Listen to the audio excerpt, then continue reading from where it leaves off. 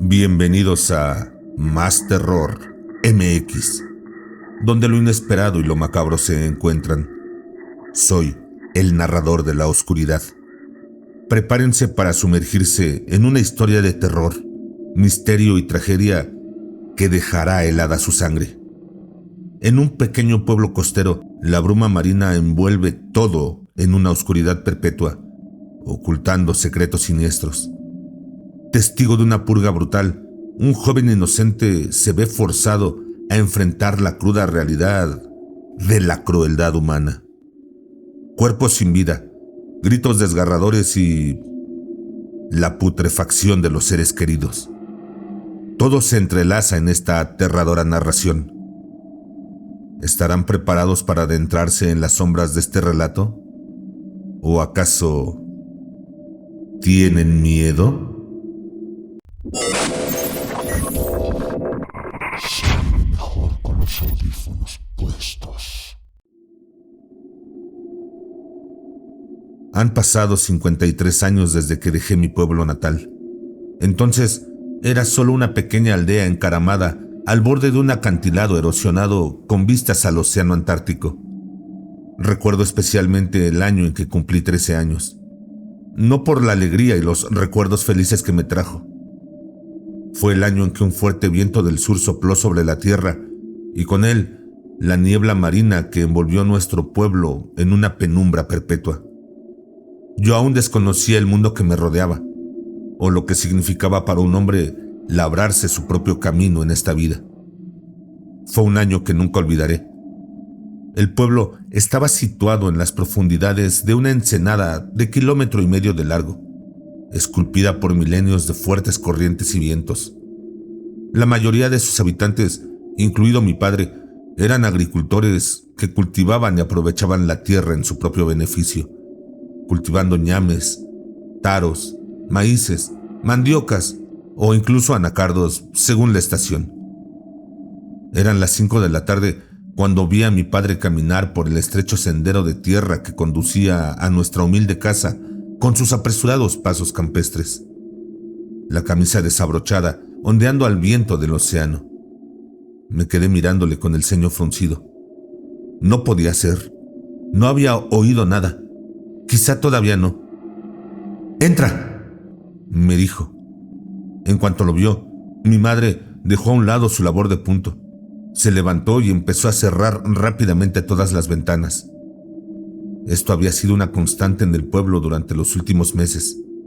En aquel momento no tenía idea de qué hacían esas personas ni cuál era el propósito de su visita. Lo único que sabía era que cada que venían nos aterrorizaban. A veces venían 4 o 5 noches seguidas y luego no los veíamos durante 1 o 2 semanas. Pero siempre volvían.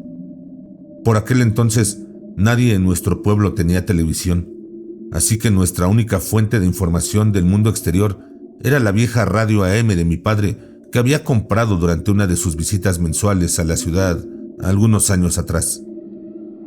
Por lo que les oí hablar a él y a mi madre en voz baja, cuando pensaban que mi hermano y yo ya estábamos dormidos, se habían producido algunos disturbios en otras partes del país y la gente se había estado matando entre sí.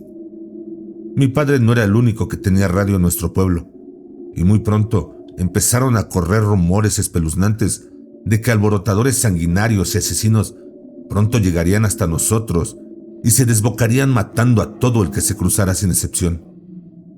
Mi padre siempre desechó estos rumores como una completa invención y obra del enemigo para dividirnos como nación.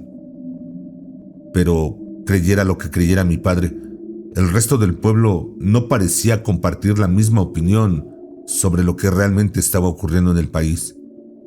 En cuanto el reloj marcaba las 4 de la tarde, la gente dejaba lo que estuviera haciendo afuera y se encerraba en su casa como si temiera que el mismísimo diablo saliera del infierno por ellos. Cuando se ponía el sol, todo el pueblo se quedaba en silencio. Nadie se atrevía a salir, ni siquiera a echar un vistazo para ver qué pasaba en la oscuridad de la noche. Había noches en las que oíamos disparos lejanos que retumbaban en el aire. Venían de la boca de la bahía, muy débiles, pero distinguibles de cualquier otra cosa. En el 4º mes desde que el misterioso grupo de hombres apareció por primera vez en nuestra aldea, un horrible hedor procedente de una cueva en medio de un bosque de teca cercano empezó a llenar el aire. Llegó con la brisa marina y permaneció en la aldea durante semanas. ¡Diablos! Incluso los árboles apestaban a muerte. Era tan insoportable que algunos empezaron a ponerse enfermos. Una noche, mientras nos preparábamos para dormir, alguien llamó a la puerta. Audio Jungle. Me devolvieron violentamente a la realidad y oí a mi madre jadear horrorizada, mientras mi padre entraba corriendo en el salón y abría la puerta de un tirón. «Señor Marcus». La voz grave de un hombre retumbó en el estrecho pasillo que separaba el dormitorio de mi hermano y el mío del de mis padres. «Sí. ¿Puedo ayudarles, caballeros?». Pude oír la voz temblorosa de mi padre al contestar. «Bien, venga con nosotros, rápido». «¿Ir? ¿Dónde? ¿A dónde vamos?». Mi padre carraspeó. Nunca le había oído hablar en ese tono. Era miedo. «No hagas preguntas, carajo», le espetó el hombre con impaciencia. «Haz lo que te digo, idiota. Mueve tu culo perezoso ahora». Unos minutos después, encontré a mi madre en el umbral de la puerta principal, mirando fijamente a la noche, sollozando y temblando. En cuanto me vio, me estrechó entre sus brazos mientras rezaba a Dios para que mantuviera a salvo a mi padre. Aquella noche no dormimos. Esperamos a mi padre en el salón hasta por la mañana. No volvió hasta que oímos el ruido de los camiones que se alejaban a toda velocidad. Eran las 6:09 de la mañana. El sol ya había salido, pero una espesa niebla llegaba del mar y cubría todo el cielo como un velo gigantesco. Se le veía pálido y tremendamente agitado, incapaz de responder cuando mi madre le hacía preguntas, y en su lugar salió tambaleándose al pasillo y se encerró en el cuarto de baño durante casi 2 horas. Durmió todo el día y despidió a mi madre cuando ésta lo despertó para cenar esa misma noche. Aquel día, el acantilado dejó de desprender el mórbido olor a podrido durante unas semanas, tras las cuales los hombres volvieron a aparecer en nuestra puerta en mitad de la noche. Como antes, obligaron a mi padre a seguirles para demostrar su lealtad a su amada patria. Le pregunté qué había pasado cuando regresó, pálido y más agitado que antes. «Los seres queridos se pudren», fue todo lo que pudo murmurar. Nunca se recuperaría de lo que había presenciado en el bosque de Teca aquellas terribles noches. Ni siquiera podía consolarse con la promesa de un futuro lejano, en el que el olvido fuera la única fuente de consuelo y tranquilidad. Entonces solo tenía 30 años, pero era como si el tiempo le hubiera alcanzado. Parecía mucho más viejo y solemne, con sombras acumulándose bajo los ojos. Se negaba a contarnos lo que había pasado o lo que había visto cada vez que sacábamos el tema. Una tarde estaba recogiendo rosas en el jardín cuando mi padre regresó del maizal. «¿Dónde está tu madre?», preguntó con fiereza, agarrándome por el puño y arrastrándome apresuradamente con él al interior de la casa. Negué con la cabeza. Se había marchado 1 hora antes con mi hermano pequeño, probablemente a visitar a su amiga de la iglesia que vivía cerca del borde del acantilado, a solo unos cientos de metros de nuestra casa. «¿Qué pasa, padre?», le pregunté mientras me limpiaba la nariz con la manga. Cerró la puerta y durante 1 minuto se esforzó por asegurar el candado mientras yo le observaba. «Por el amor de Dios, hijo, no te quedes ahí, cierra las ventanas», me espetó. «Esa estúpida de tu madre, ¿no le he dicho ya bastante que no salga después de las 4? Sabía que no debía discutir con él. Corrí hacia la ventana más cercana de nuestro estrecho salón y justo cuando estaba a punto de cerrarla, vi algo que me heló la sangre. Al final de la carretera había un enorme camión doblando una curva a través de un parche de tecas, su rugido distante irrumpiendo en todo el pueblo. Nunca habían llegado tan temprano. Jadeé cuando mi padre me apartó de la ventana. «No mires», susurró. Apenas era un susurro. Todo mi cuerpo temblaba de miedo. Quédate en el dormitorio y no te atrevas a salir de la casa, ¿vale? Voy a buscar a tu madre. Debe de estar en casa de María, esa estúpida. Asentí mientras lo veía salir por la puerta trasera, cerrándola atrás de sí. Y de repente me quedé solo. 13 años y medio. Un trueno mecánico se elevó más allá de la línea de árboles en la distancia, mientras el camión ganaba velocidad para negociar la curva cerrada en U antes de que la carretera se curvara sobre una colina. Pronto, ese camión destrozaría el camino de tierra que conducía al pueblo. Me acurruqué en un rincón del dormitorio que compartíamos, esperando y escuchando atentamente. A través de una grieta entre los tablones de madera de la pared, pude ver que afuera estaba oscureciendo. La brisa de la tarde levantaba niebla marina por encima del borde del acantilado y con ella el olor acre de la salmuera. El camión se detuvo y se apagó el motor. Entonces, un hombre gritó a pleno pulmón, exigiendo que le escucharan y le prestaran atención, seguido por el sonido de una docena de pares de pies reacios que salían arrastrando los pies de la parte trasera del camión.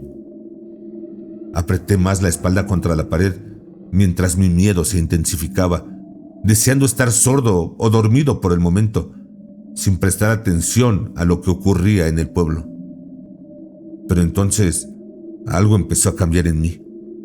Una curiosidad surgida de lo más profundo de una imaginación infantil y sedienta de un poco de aventura.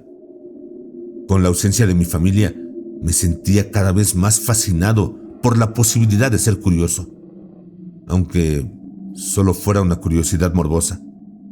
Por lo que sabía, quería y no quería mirar al mismo tiempo. Era una lucha interna con la que nunca había estado familiarizado. Ahora que lo recuerdo, tiendo a pensar que se trataba de una carga emocional debido a la pubertad. La cacofonía de grandes olas golpeando hacia la orilla y docenas de pares de pies pisoteando el sendero rocoso que conducía a través de un denso parche de tecas en las afueras dispararon aún más mi joven imaginación. No sé qué me había dado aquella tarde, pero salí corriendo del dormitorio, en contra de la voluntad de mi padre, y abrí despacio la ventana para asomarme al exterior. Ahí, bañadas por el pálido resplandor del sol poniente contra el cielo enrojecido, se veían las oscuras siluetas de unos hombres sin camisa que avanzaban por el borde del acantilado, como en un lúgubre espectáculo de sombras chinescas que mi padre y yo solíamos ver en un pueblo vecino. Con las manos atadas a la espalda, los hombros encorvados y 5 hombres con atuendo militar que los seguían de cerca mientras mantenían sus bozales apuntando al grupo. Los observé durante un rato hasta que desaparecieron tras una gran formación caliza, como si se los hubiera tragado la bruma marina flotante. Ahora o nunca, pensé. Siempre me había asustado el conmovedor espectáculo, pero ahora me picaba la curiosidad. Abrí de par en par la puerta y, sin vacilar, empecé a andar en zancadas por el sendero de tierra que mi padre había tallado con sus propias manos hacia la silueta de una enorme piedra caliza llamada Guatarronco, por su parecido con un gigantesco cráneo humano. No tuve que caminar demasiado para seguirlos. En cuanto llegué a la base de la roca, pude oír el característico murmullo de una reunión secreta en la creciente oscuridad. Asomé la cabeza desde atrás de unos salientes de roca más pequeños y, a través de un estrecho hueco en la vacilante hierba, vi a los hombres descamisados alineados a lo largo del borde del acantilado, con vistas a una profunda ensenada que parecía más negra que la noche en el resplandor crepuscular. Los 5 hombres vestidos de militares charlaban en voz baja mientras se desplegaban detrás de sus prisioneros, con las manos en las armas, preparándose. Y antes de que pudiera respirar hondo, todos apuntaron al unísono a los hombres que tenían adelante y les dispararon una ráfaga en el cráneo. El ruido de sus armas resonó en la pared del acantilado, interrumpiendo la serenidad de la tarde. La curiosidad se transformó en profundo terror y jadeé horrorizado al ver a los hombres descamisados caer uno por el precipicio. Ya estaban muertos antes de llegar al fondo, El corazón me latía deprisa cuando mis pies temblorosos cedieron y caí de rodillas. Me invadió una poderosa ola de náuseas. El horror que acababa de revelarse ante mis ojos era demasiado para mi joven e ingenua comprensión. ¿Qué pecado habían cometido aquellos pobres hombres para merecer tan terrible destino? Como no quería que me vieran, me metí rápidamente en una grieta poco profunda y agaché la cabeza todo lo que pude cuando los hombres empezaron a caminar de vuelta hacia el sendero de tierra y pronto se perdieron de vista. Dejaron tras de sí un silencio sofocante que me apremiaba cada vez más desde todas direcciones a medida que el cielo se oscurecía. En cuanto oí el rugido de su camión a lo lejos, salí de mi escondite y me dirigí hacia el borde. Todos se habían ido, desapareciendo en el frío abrazo del mar. Las burbujeantes olas se habían calmado hasta convertirse en un suave chapoteo, como si quisieran aliviar la angustia de sus nuevas víctimas.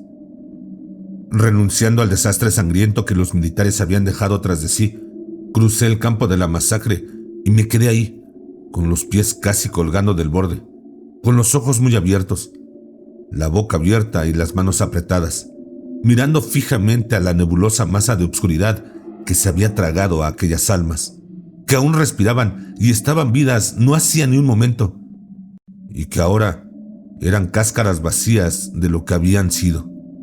Entonces, en mi periferia, vi un movimiento a mi derecha. Era un saliente que sobresalía del agua a unos 10 metros de profundidad. Era uno de los hombres sin camiseta. Estaba tumbado de espaldas, con un brazo levantado débilmente hacia el cielo y medio cuerpo colgando peligrosamente del borde.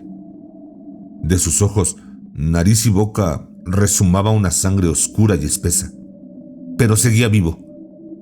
Después de recibir un disparo en la cabeza y ser arrojado al vacío, su caída había sido brutalmente interrumpida por la cornisa.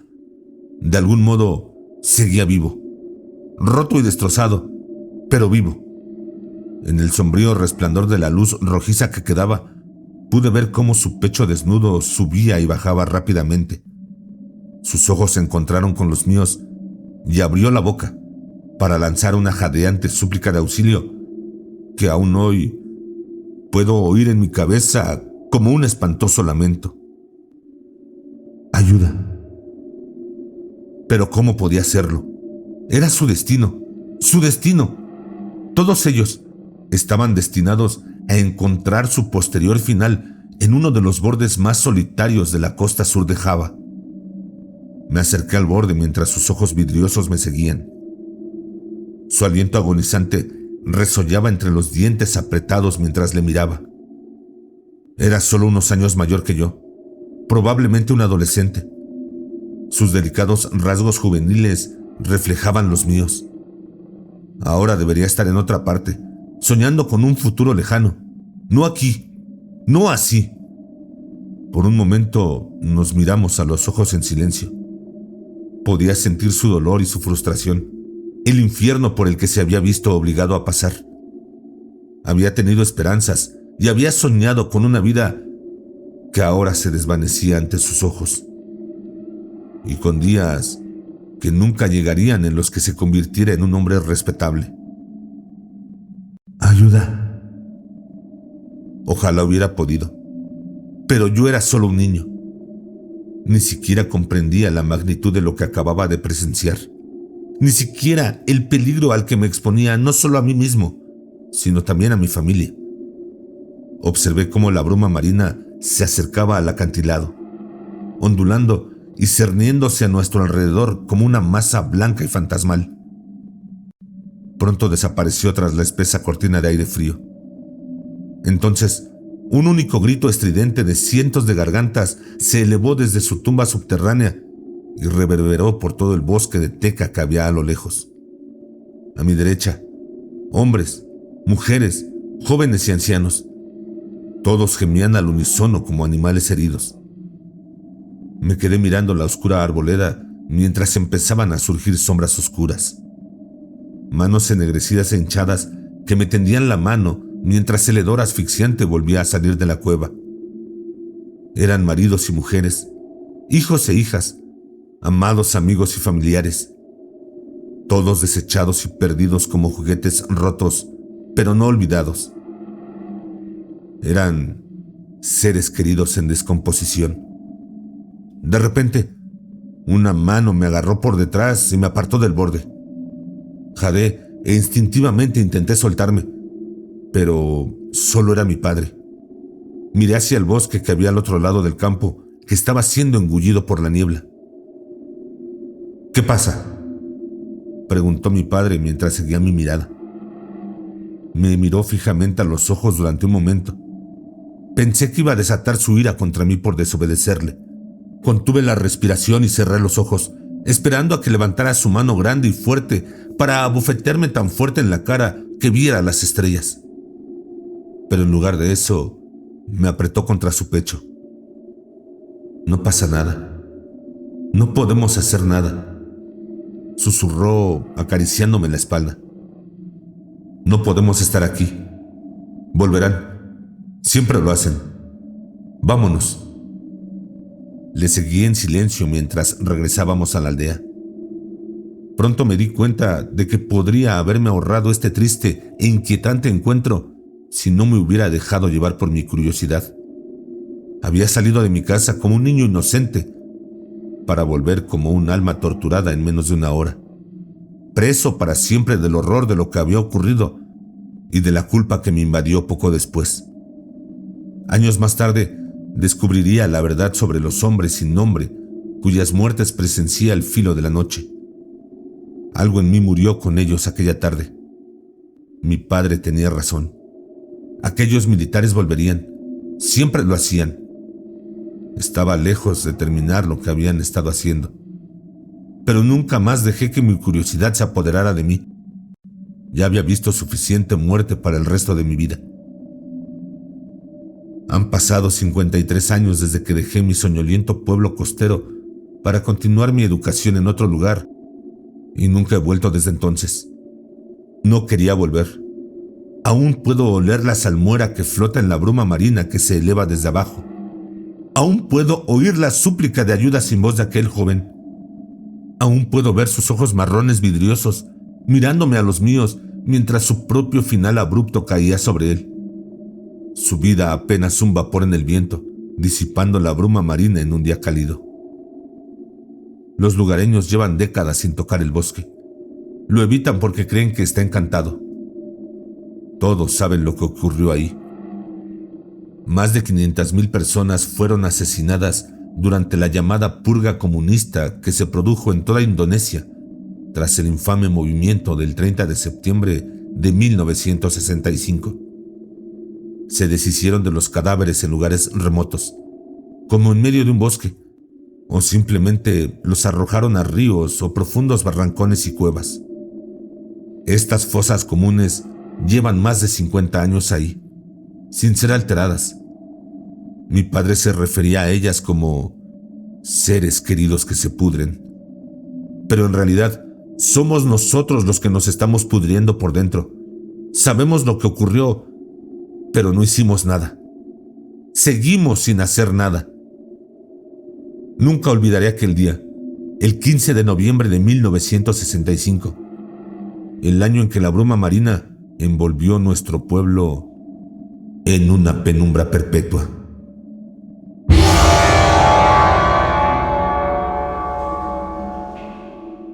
Así concluye esta aterradora historia de un pueblo envuelto en la oscuridad, donde la putrefacción de los seres queridos es la trágica realidad. ¿Lograron soportar la tensión y el horror de lo que escucharon? Si es así, los felicito. ¿Pero serán capaces de enfrentar lo que les depara el futuro? Porque esta no es la única historia que tenemos reservada para ti en Más Terror MX. Hay mucho más por descubrir en las sombras que acechan. Así que no olvides suscribirte, darle like y compartir este video. Necesitamos que más almas valientes se unan a nosotros. Y ahora, déjenme hacerles una pregunta que los hará reflexionar. ¿Qué secretos crees que ocultan esos bosques malditos? Déjanos tus teorías en los comentarios. Que la oscuridad te guíe, pero no te consuma. Ah, y recuerda, No tengas miedo de eso que no puedes ver, pero que está ahí, detrás de ti.